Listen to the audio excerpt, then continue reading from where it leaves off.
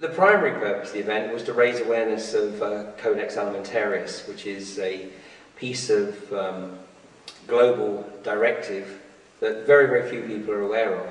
They're certainly not aware of the potential implications that it has.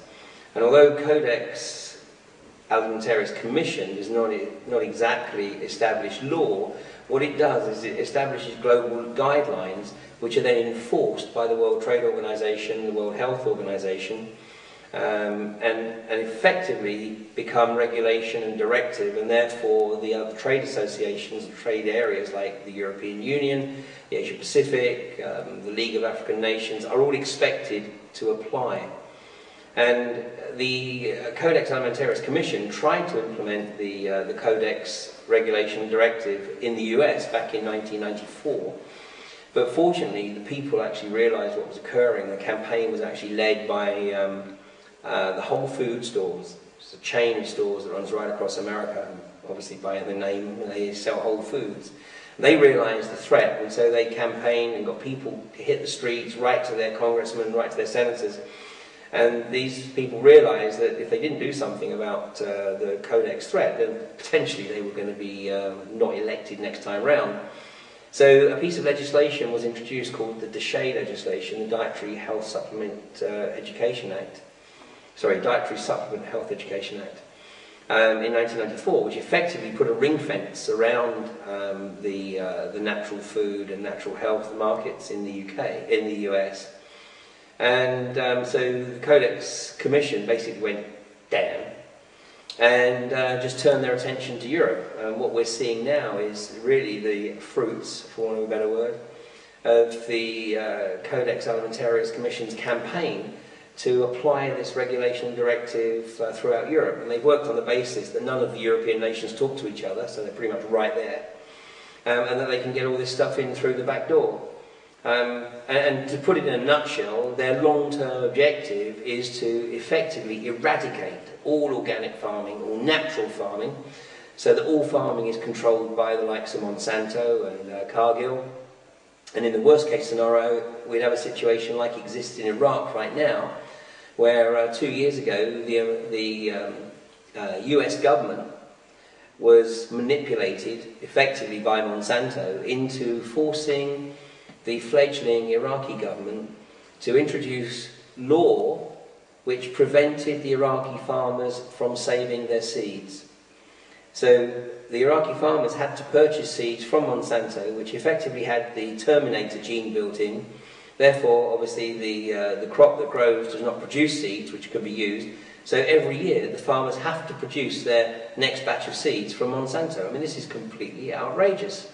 You know, farming has been on this planet, in a recorded history at least, for the last 5,500 years. And in here we see an extremely pernicious attempt to completely wipe out all the natural farming techniques, and all food will effectively come from genetically modified crops.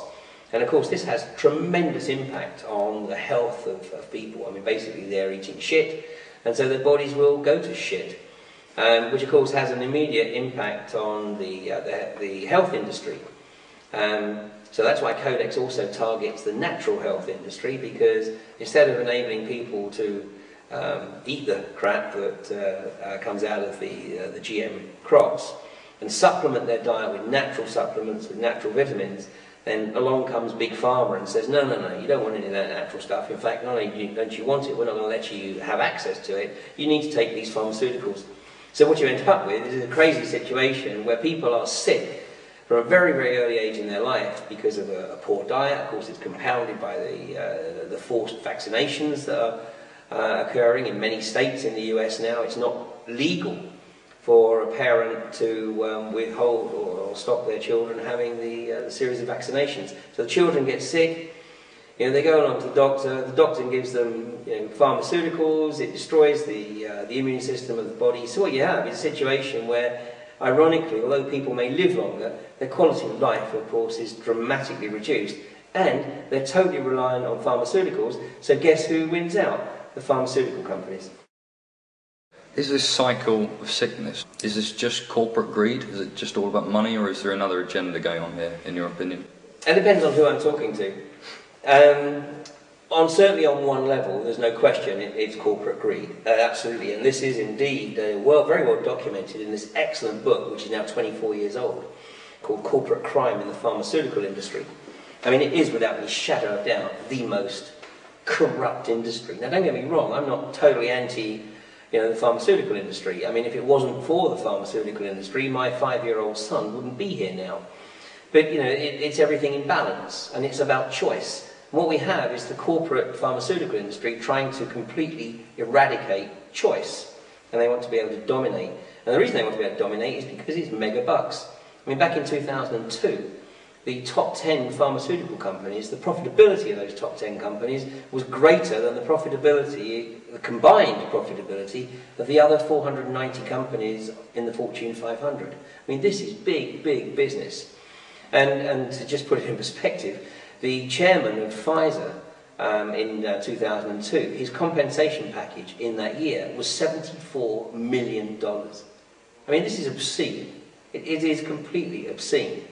But that's corporate greed. And the other level is, without any shadow of doubt, there is an attempt, and it's going to be very difficult to perhaps give this any perspective in a short space of time, but there is an absolute attempt to completely shut down the possibility of any human being making a spiritual connect. I mean, we have long known about the spiritual connect that kicks in around about the age of 40, which we in the West call the midlife crisis, but in the indigenous peoples they call it the midlife opportunity. And it's an opportunity to see the world from a completely different perspective. And there are certain fundamental requirements, physiological requirements, it would seem, for that to happen.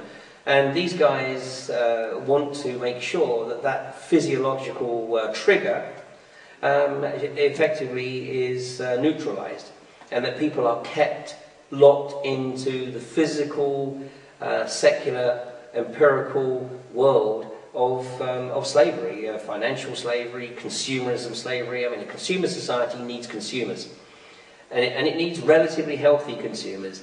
Healthy enough to do the work so that they can earn money so that they consume, but not that healthy that they don't need pharmaceuticals.